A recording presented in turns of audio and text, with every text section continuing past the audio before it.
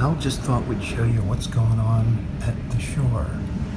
It was a lot more ferocious overnight, but this is what we got this morning.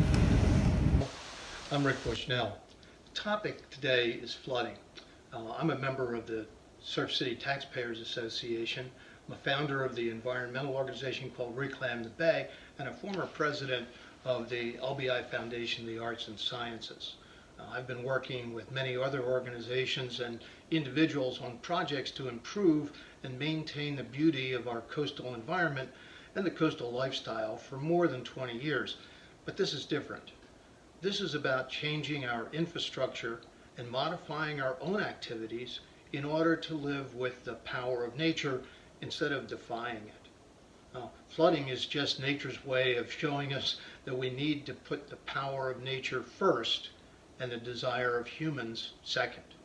The current situation exists because the planning for this part of the coast was done more than 75 years ago based on observed natural forces going back to the 1800s. The current situation involves us all. If your house doesn't flood, the streets to get up and down and on and off the island sure do. Flooding is costing us big bucks now, but to really address the level of flooding that is to come will require major change, and that magnitude of change is going to cost big, big bucks. Newsflash, you and I are going to have to pay for it. Now, if our money is going to be spent, we should involve ourselves in the planning and the implementation process. Let's not overlook the design criteria for that time. Most of the planning was done by or for people who survived the Great Depression and World War II.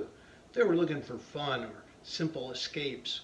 Preserving nature or recognizing what it could do, like sea level rise, was not part of their equation.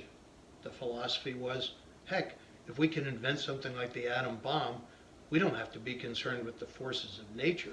Most importantly, we've been warned.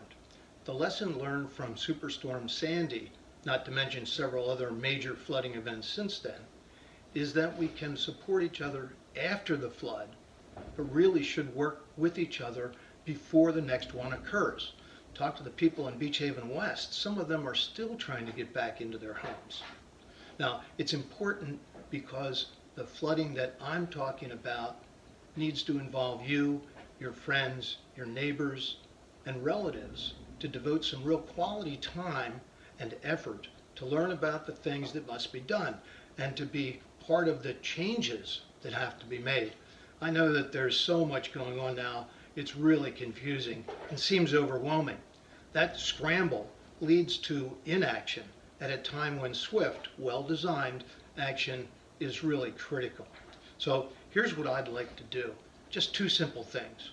One is to help people understand what's happening to their surroundings and why. Not a science lesson, but only to the degree that we can understand what's happening. And two is to help us all get organized into a group that can work with municipalities and others to identify short, mid-range, and long-term activities that will fit in a plan which can be implemented. Now, the starting point is a series of 4 videos. Collectively, they will bring you to a first level of understanding with terms and shared observations, and then they'll provide, hopefully, an understanding of some of the driving concepts.